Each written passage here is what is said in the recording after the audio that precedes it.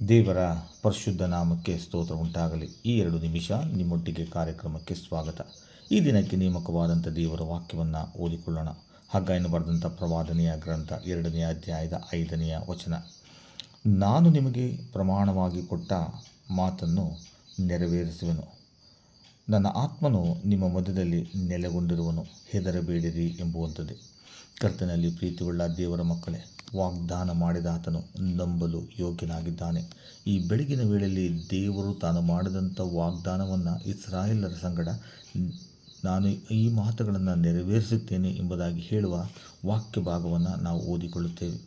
ಆತನು ಹೇಳ್ತಾನೆ, ನನ್ನ ಆತ್ಮನು ನಿಮ್ಮ ಮಧ್ಯದಲ್ಲಿ ಇದ್ದಾನೆ, ಹೆದರಬೇಡಿರಿ ಎಂಬುದಾಗಿ ದೇವರ ವಾಕ್ಯವು ನಮಗೆ ತಿಳಿಸುವಂಥದ್ದಾಗಿದೆ. ಪ್ರಿಯರೇ, ಮನುಷ್ಯರಾದಂಥ ನಾವು ಭಯಪಡುವಂಥವರು, ಮನುಷ್ಯರಾದಂಥ ನಾವು ಗಲಿಬಿಲಿಗೆ ಒಳಗಾಗುವಂಥವರಾಗಿದ್ದೇವೆ.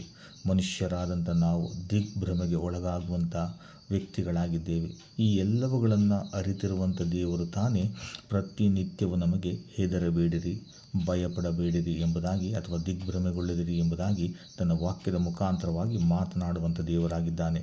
ಇಲ್ಲಿಯೂ ಕೂಡ ದೇವರು ಹೇಳ್ತಾ ಇದ್ದಾನೆ, ನನ್ನ ಆತ್ಮನು ನಿಮ್ಮ ಮಧ್ಯದಲ್ಲಿ ನೆಲೆಗೊಂಡಿರುವನು, ಹೆದರಬೇಡಿರಿ ಎಂಬುದಾಗಿ. ಪ್ರಿಯರೇ, ದೇವರು ನಮ್ಮ ಸಂಗಡ ಇದ್ದಾನೆ. ದೇವರ ಆತ್ಮನು ನಮ್ಮ ಮಧ್ಯದಲ್ಲಿ ಇದ್ದುಕೊಂಡು ನಮ್ಮನ್ನು ಆಧ್ಯಾತ್ಮಿಕ ರೀತಿಯಲ್ಲಿ ನಡೆಸುವಂಥ ದೇವರು ಆತನಾಗಿದ್ದಾನೆ. ಹೀಗಿರುವುದರಿಂದ ದೇವರ ವಾಕ್ಯವು ಹೇಳ್ತದೆ, ಹೆದರಬೇಡಿರಿ ಎಂಬುದಾಗಿ.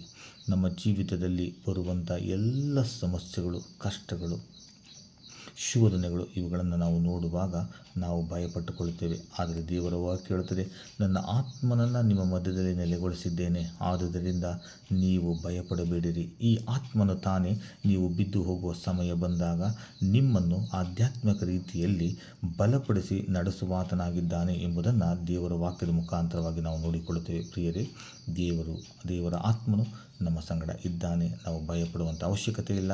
ಈ ದಿನವನ್ನು ನಾವು ಧೈರ್ಯವಾಗಿ ನಾವು ಎದುರಿಸೋಣ. ದೇವರ ಈ ವಾಕ್ಯಗಳನ್ನು ಆಶೀರ್ವದಿಸಲಿ. ನಿಮ್ಮ ದಿನವೂ ಶುಭಕರವಾಗಿರಲಿ. ಆಮೇಲೆ